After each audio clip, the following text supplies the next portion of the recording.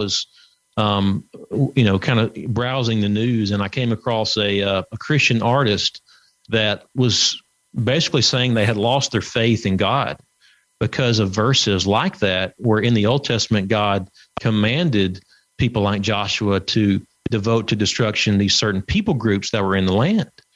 And so this is very troubling, for a lot of Christians. They just don't want to talk about it. And a lot of atheists have a field day, with the fact that, well, God, devoted to destruction, men, women, and children. How do you defend that? How do you defend the things like abortion, right? When your own God commanded children to be exterminated.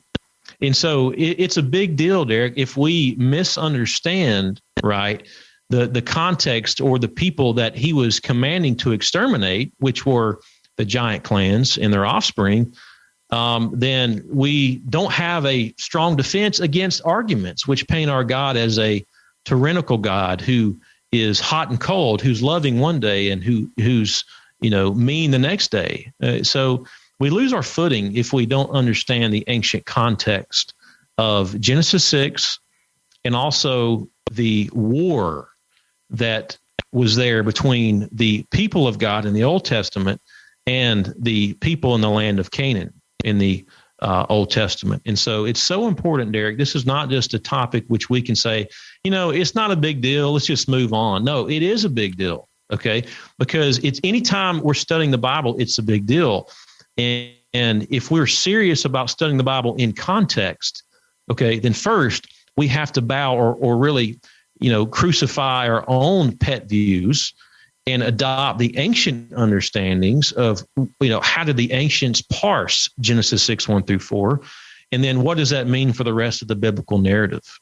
And so it's been my mission as a minister, to inform people about this ancient context because of some of these arguments, that atheists throw at us, or because of some of those of the faith that are losing their faith in Yahweh, the Most High God, because they see a God that's hot and cold and that can't make up his mind if he loves people or really hates people. And so, we have a God that is loving. And I would argue that what God did in Genesis 6 in, exterminating the Nephilim, and what God did in the land of Canaan were acts of love. And God was trying to preserve, the people whom he created in his own image. And he was protecting them from those of the Nephilim. And so God is not a God that's hot and cold. He is a loving God. Granted, he is a God that has severity to him. Behold, therefore, the goodness and severity of God. But God is always a God of love. And what God did before and after the flood was protection. He was protecting his creation that he so beautifully made to bear his own image. You make a really good point, Tyler, that not understanding the reason for the conquest of Canaan and the devoting to destruction of those Amorite tribes and cities and kingdoms that were sold out to these fallen entities, the fallen angels who accepted worship as gods, leads a lot of people away. This is Oprah Winfrey essentially said that she couldn't, what did she say? It was a verse about God being a jealous God, and she just couldn't accept that God would be jealous. I remember seeing that interview. Yeah, and that is what led her down this New Age path. And look at the influence that she's had on America today in promoting these, doctrines of demons, these New Age concepts that come right from the fallen realm and leading them astray, because to our modern human senses, it seems more open-minded and more loving than what God is recorded to have done in the Old Testament, which, again, if you don't understand what was going on, then it's a very sinister deception, and it is leading a lot of people away, because it's a lot easier for us who have lost that supernatural foundation or understanding of the Bible. And survey after survey from George Barna and the Barna Group at Arizona Christian University shows that most American Christians don't really have a supernatural worldview. I mean, forget a biblical worldview. There's only 7% of Americans that have a biblical worldview, and most American Christians don't have a biblical worldview in the strict sense understanding the basic concepts of Christianity. So many of us who call ourselves followers of Christ think, well, yeah, he wasn't perfect. He's just wait, what? That's Christianity 101. So it's not really that surprising that you'd find people being led away by the events in the Old Testament. That only makes sense if you understand that the sons of God are members of the angelic realm who, like us humans, were created with free will and have chosen to exercise it badly. What I find really interesting, before I was jumping ahead of a question here. You mentioned rebellions, plural, and most Christians would identify what happened in Eden as one of those rebellions. We've already discussed the Genesis 6 rebellion. There is another that you dig into in some depth in your book, Gospel Over Gods. What is that, and why is that one significant?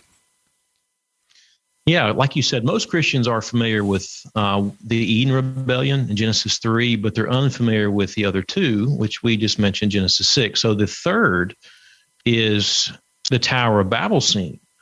So, the scene is that, Nimrod, according to Josephus, he was kind of the ringleader that led man astray after the flood, that Nimrod and his masons, I use that term lightly, but they built this tower to the sky.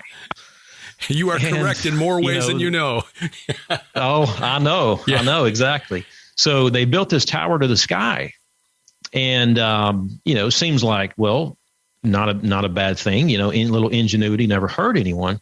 And so the biblical scene lays out that Yahweh is upset by, Nimrod and his tower that he built to the sky. And so it's like, well, what gives? Why is he upset? And so archaeologists have helped us understand that, what he was building were ziggurat structures, which I know you have talked about in your books as well. These ancient temple structures, which were used to venerate other gods. And, it was also looked as a gateway to another realm, so to speak. And so were they trying to build a gateway to the gods? Were they trying to venerate other gods? I think the answer would be yes, or all the above. And so the scene in the Bible in Genesis 10 and 11 is Yahweh says, let us go down and confound or confuse the language. Okay. And I believe that he was talking to his heavenly host or his divine council members, which Psalm 82 talks about and some other passages talk about. But these angelic beings are members of this divine council. And so they go down and they confuse the language. And so you don't get a lot about the angels in Genesis 10 and 11, but you do in Deuteronomy chapter 32, verses 8 and 9.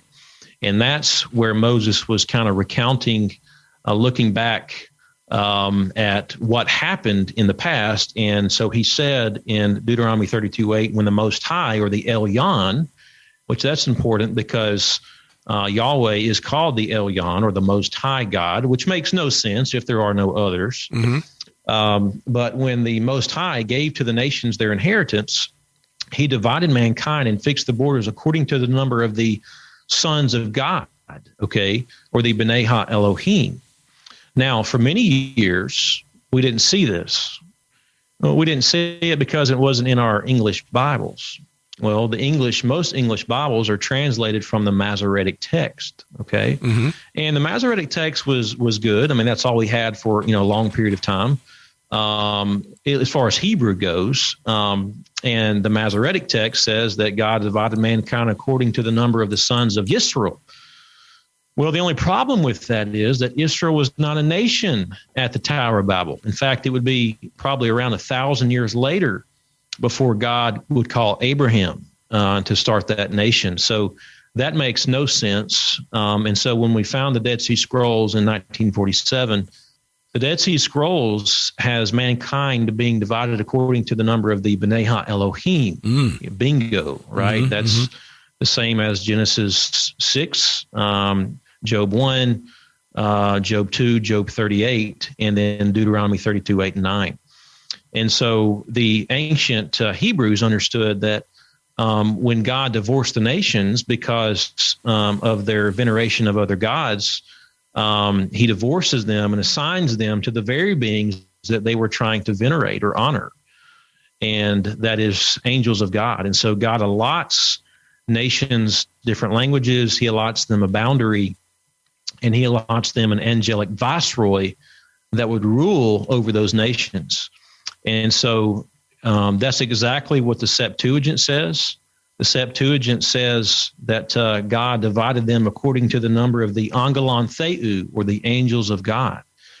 And so if you were a first century Christian, Derek, and you were reading your Bible, you would exactly read that in Deuteronomy 32. You would read that God divorced the nations and assigned them to angels. Okay, and so that's your worldview because that's what's in your Bible. But because our Bibles didn't say that for so long, our English Bibles didn't say that, then we didn't have that angelic worldview that there were angels that were ruling, or spirits that were ruling over nations. And so you can verify that with the biblical text, but you can also look in texts outside the Bible, such as the book of Jubilees, which says that there were spirits that were put in authority over the nations. And so that was the understanding for many, many years. But unfortunately, that was lost, again, around the same time that the supernatural interpretation of Genesis 6 was lost.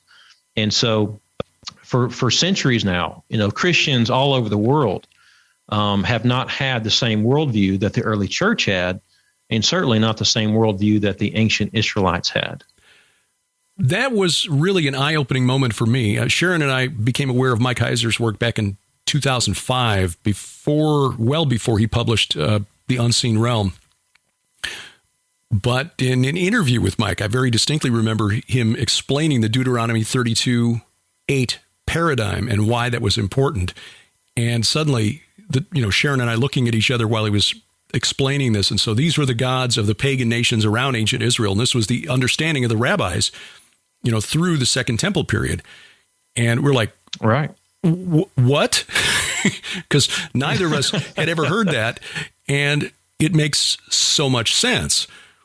But what you've done in your book, Gospel Over Gods, which I had not done the research for, and I should have, because I did this for our book Veneration and for other stuff that Sharon and I have done, just confirming that the early church understood the Genesis 6 account to be precisely what it says.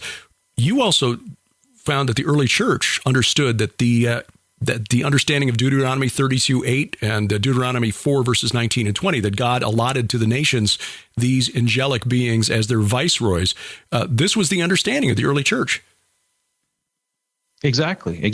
And, just as it was the understanding across the board in the early church that Genesis 6, 1-4 were the angels of God and the, human women producing the Nephilim giants, it was also the understanding across the board up until about 400 AD that there were angels ruling over the nations. For example, Clement of Alexandria, who lived about 150 to 215 AD, he comments in his book Miscellaneous.